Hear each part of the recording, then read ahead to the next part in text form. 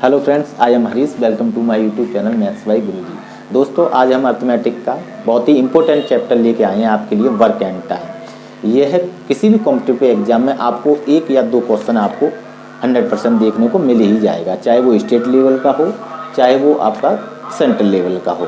दोस्तों, इस work and time इस वाली वीडियो में हम आपको इसके बेसिक कॉन्सेप्ट पे वर्क करेंगे, यानी इसका आज हम आपको बेसिक कॉन्सेप्ट कराएंगे और नेक्स्ट वीडियो में हम इस कॉन्सेप्ट को कैसे क्वेश्चनों में अप्लाई करेंगे और क्वेश्चनों को सॉल्व करेंगे।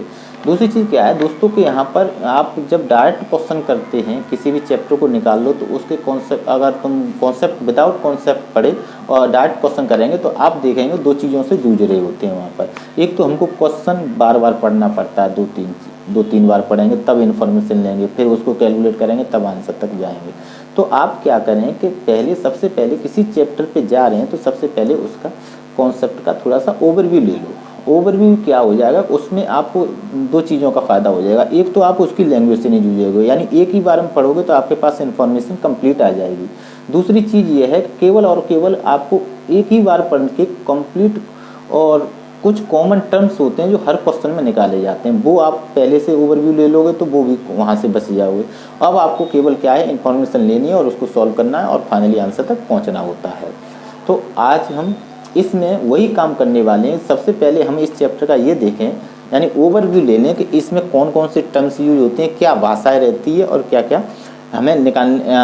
हमें फाइंड करना होगा। ठीक है, तो without waste your time let's start the concept of the work and time. जैसे कि आप नाम से देख रहा है कि ये वर्क एंड टाइम यानी काल और समय। यहाँ काल और समय से समझ जाइए आप, काल और समय का मतलब यह है कि कोई भी कार्य होगा वो एक या दो लोगों से कराया जा रहा हो सकता है वो ज़्यादा लोगों से भी कराया जा रहा हो। अब वो कार्य अलग अलग लोगों से कराया जा रहा है तो जायज़ सी बात है, या तो वो बराबर दिनों में करके लेके आएंगे या फिर अलग अलग दिनों में उस काम को करेंगे। तो इसको अगर मैं एक एग्जाम्पल से आपको समझाना चाहूँ तो काफ़ी अच्छे से समझ में आ जाएगा। ध्यान देने की बात यह है कि वर्क एंड टाइम, इसमें तीन चीज़ें आपके जो टर्म्स यूज हो रहे होंगे। एक तो होगा आपके पास समय, और दूसरा टर्म होगा कार्य, यानी कार्य क्या करना है, कितना समय लगा, और दूसरी चीज़ होगी कार्य क्षमता। ये मोस्ट इम्पोर्टेंट चीज़ है कार्य क्षमता। ठीक है ना। अब बारी बारी से हम इनको समझते हैं। जरा देखना कि किसी कार्य को, कोई भी कार्य है, कार्य एक ही है, लेकिन हम उसी को क्या करते हैं, अलग अलग लोगों से कराते हैं। जब हम अलग अलग लोगों से कराएंगे तो आप देखेंगे कि वो अलग अलग दिनों में करते हैं। फॉर एग्जाम्पल के लिए हम समझते हैं कि सपोज करो मैंने कुछ वर्क दिया, मेरे पास 2 स्टूडेंट हैं और 2 स्टूडेंटों को मैंने 20 क्वेश्चन उनको करने के लिए देता हूँ। ठीक है ना, समझना होगा। तो यहाँ पर क्या है कि 20 क्वेश्चन करने के लिए दे देता हूँ। तो आपने देखा कि मेरे पास ए और बी नाम के 2 स्टूडेंट थे। ठीक है, इसने इस काम को 4 दिन में कर देता है, यानी इसने कितने दिन लगाए, 4 दिन में। और ये वाला जो स्टूडेंट है सेकंड वाला, ये 5 दिन में करके लेके आता है। कितने क्वेश्चन, 20 क्वेश्चन को। तो आप एक चीज़ देखो कि ये 20 क्वेश्चन थे तो ये क्या था, ये कार्य था, करने के लिए दिया था। अब इन्होंने जो समय लिया है उसको करने में वो कितना लिया है, एक तो 4 दिन लिया, एक को 5 दिन लिया है। तो कहने का मतलब ये है कि इसने 4 दिन लिए, इसने 5 दिन लिए।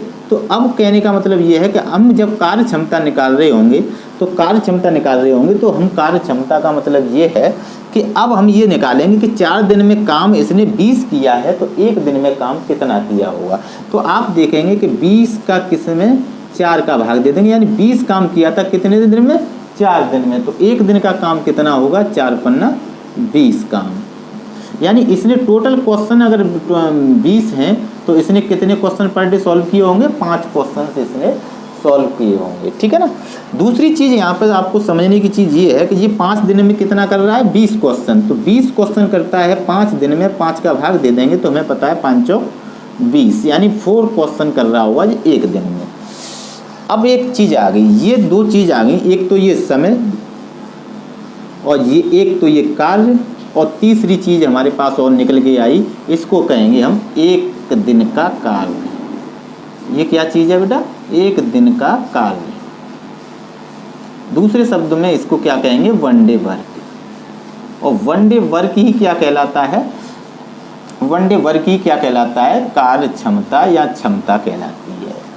अब ये कार्य क्षमता क्या है, अब एक चीज़ समझो कि एक दिन का कार्य, अगर यहाँ पर देखो एक चीज़ और आपको समझनी होगी, यहाँ पर आपको दिन दे रखे हैं कि ये 4 दिन में करता है, ये 5 दिन में करता है, तो एक दिन का कार्य 5 और 4, तो ये क्या है, एक दिन का कार्य हो गया जब यहाँ पर दिन में दे रखा है। सपोज करो ये घंटों में दे रखा है कि ये 4 घंटे में करता है, ये 5 घंटे में करता है, तो हम क्या निकालेंगे, 1 घंटे का कार्य निकाल लेंगे। ये मिनट में दे रखा है तो फिर 1 मिनट का कार्य ये कहलाएगा, ठीक है ना। तो यहाँ समय किसी में भी दे रखा हो तो उसी के हिसाब से हम उसी के अकॉर्डिंग उधर भी कह देते हैं। अगर यहाँ दिन है तो यहाँ दिन कर दो, यहाँ घंटे में कर रहा है तो 1 घंटे का कार्य। तो अब बात आई एक इम्पोर्टेंट, हमने कार्य भी दे दिया, उन लोगों ने करके भी दे दिया, यानी उनका समय भी हमें पता पड़ गया। दूसरी चीज़ क्या है कि उनकी एक नई चीज़ हमको पता पड़ी कि वो एक दिन में कितना कार्य कर रहे हैं। यानी कोई भी व्यक्ति 1 घंटे में, 1 दिन में, अगर 1 घंटे की बात कर रहा है क्वेश्चन में तो 1 घंटे में कितना कार्य कर रहा है, यहाँ दिनों की बात कर रहा है तो 1 दिन में कितना कार्य कर रहा है, यहाँ मिनट की बात समय दे रखा है तो 1 मिनट में कितना कार्य करता है, वो कहलाती है उसकी क्षमता कहलाती है। अच्छा दोस्तों, यहाँ पर हमने 3 कार्य क्षमता। अच्छा, यहाँ पर सबसे ज़्यादा इम्पोर्टेंट है वो कार्य क्षमता। अब यहाँ से एक इन्फॉर्मेशन जरा और समझ में आती है हमारे, वो ये है कि ये किसी कार्य को 4 दिन में समाप्त कर रहा है तो इसकी क्षमता थी 5 क्वेश्चन की। ये 5 दिन में अगर कार्य समाप्त कर रहा है तो ये कितनी, इसकी क्षमता कितनी थी, 4 दिन की। तो 4 क्वेश्चन की। तो आपने देखा कि अगर ये 4 दिन ले रहा है तो क्वेश्चन कर रहा है 1 दिन में 5, और इसने देखा कि ये 5 दिन ले रहा है तो इसी के 1 दिन में कितना क्वेश्चन कर रहा है, 4 क्वेश्चन। तो यानी कहने का मतलब ये है कि जिसके दिन बड़े होते हैं उसकी क्षमता क्या होती है, उतनी कम हो जाती है। यानी इसने कम दिन लिए तो इसकी क्षमता बढ़ी हुई आई है, इसने ज़्यादा दिन लिए तो इसकी क्षमता कैसी आई है, कम आई है।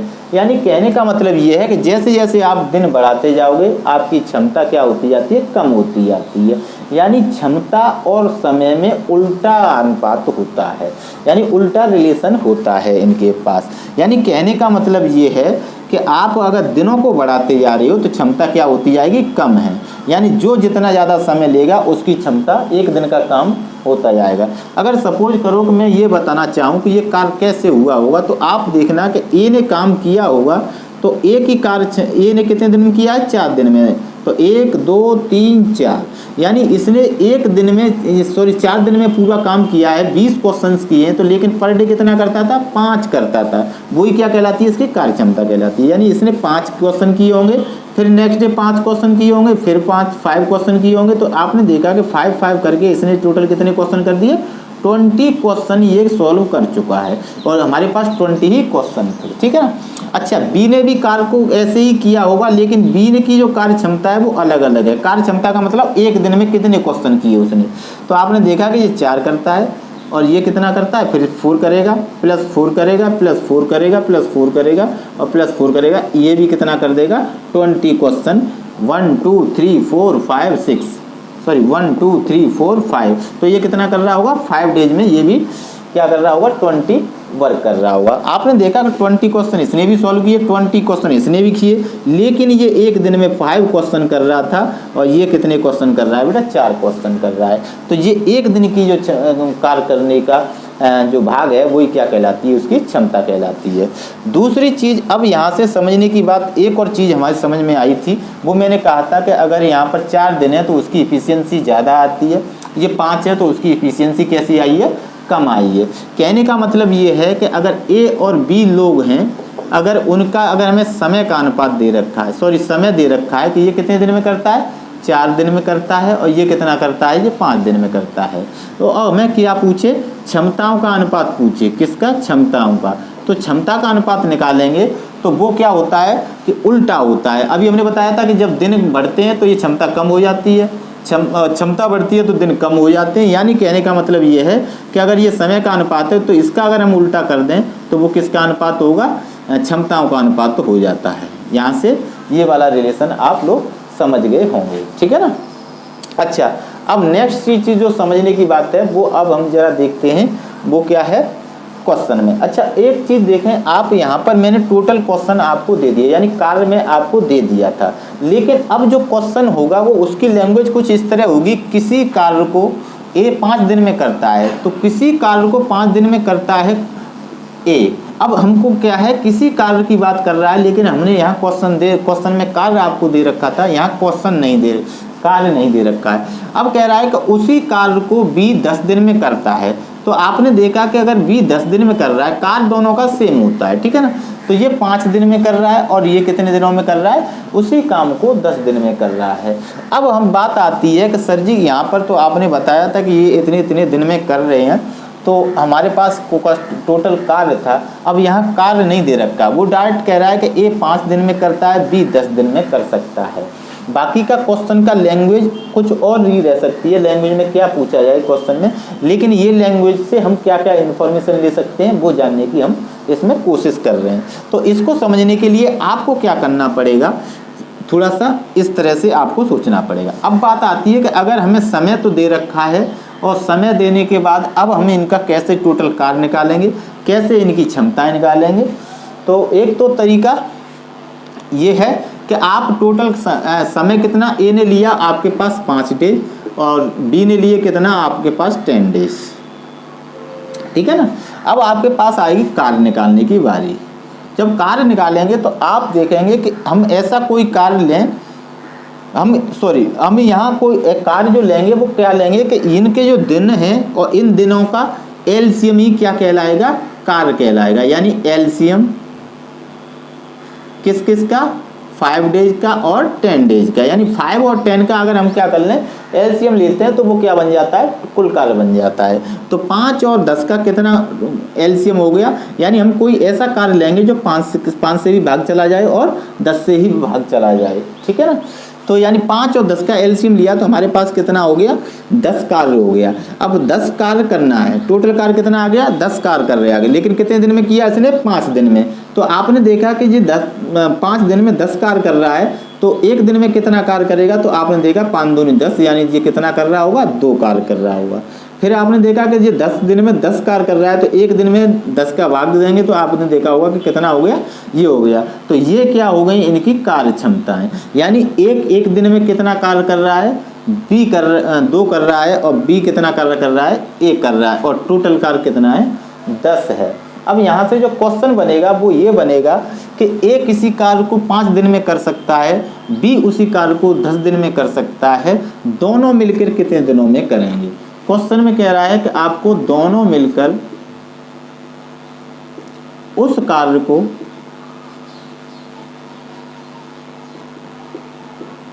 कितने दिनों में करेंगे।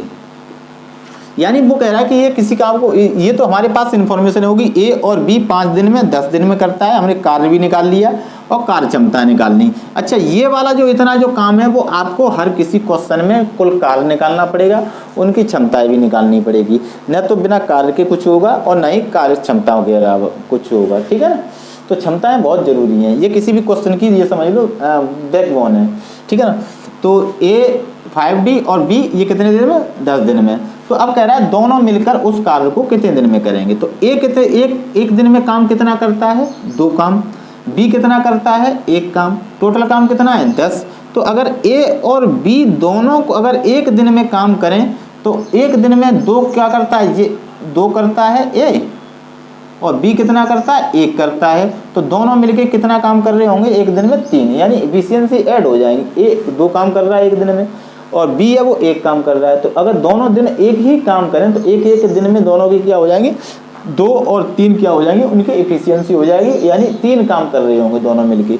लेकिन हमें काम कितना कराना है, 10 काम कराना है। तो हम क्या निकालेंगे कि अब हमें निकालने हैं दिनों की संख्या, यानी डेज निकालने हैं। तो आपको कुल कार्य कितना कराना है, 10 कराना है। कितने से कराना है कि एक दिन में ये कितना कर देता है, 3 कर देता है। तो यानी कहने का मतलब ये है कि दिन निकालोगे तो आपको क्या करना पड़ेगा, कार्य रखना पड़ेगा और नीचे रखनी पड़ेगी उसकी इफिशियंसी, यानी हम कह सकते हैं कार्य क्षमता, नीचे कार्य क्षमता। यानी आप जब भी डेज निकालेंगे तो ये देखेंगे कि कार्य कितना कराना है और किसकी इफिशियंसी से कराना है। तो क्वेश्चन में कह रहा है कि दोनों मिलकर कितने दिनों में करेंगे, तो नीचे जो रखा जाएगा 2 कार्य क्षमता दोनों की रखी जाएगी और कुल कार्य कितना कराया जा रहा है वो कितना कार्य ऊपर रखेंगे। तो टोटल कार्य हमारे 10 था और दोनों की एफिशिएंसी कितनी हो गई 3। तो आप देंगे कि 3 त्रिका 9 और 1 बचा इतने, 3 सही, 1 शेष बचा 1/3, यानी इतने दिनों में दोनों मिलकर उस कार्य को समाप्त कर लेंगे। ठीक है दोस्तों, आशा करता हूँ आप लोगों को मेरे द्वारा इन्फॉर्मेशन काफ़ी समझ में आई होगी। और इस वाले लॉजिक को, जो हमें टोटल कार्य निकालना, 3 चीज़ों को हमने सीख लिया कि कुल कार्य कैसे निकालते हैं, कार्य क्षमता क्या होती है, अगर कार्य न दिया हो तो कार्य कैसे निकालें, और दिनों की संख्या कैसे निकालें कि कार्य कितना है और कितनी उसकी क्षमता है, तो दिनों की संख्या कैसे निकालें। नेक्स्ट वीडियो में हम क्वेश्चन लेके आएंगे और कोशिश करेंगे कि एक ही वीडियो में आपको कई टाइप के क्वेश्चन, 3-4 टाइप के क्वेश्चन आपको दिए जाएंगे। ठीक है ना। तो हमारे चैनल को, अगर आपको ये वीडियो पसंद आई हो तो चैनल को सब्सक्राइब और लाइक और शेयर ज़रूर करें। Thanks for watching.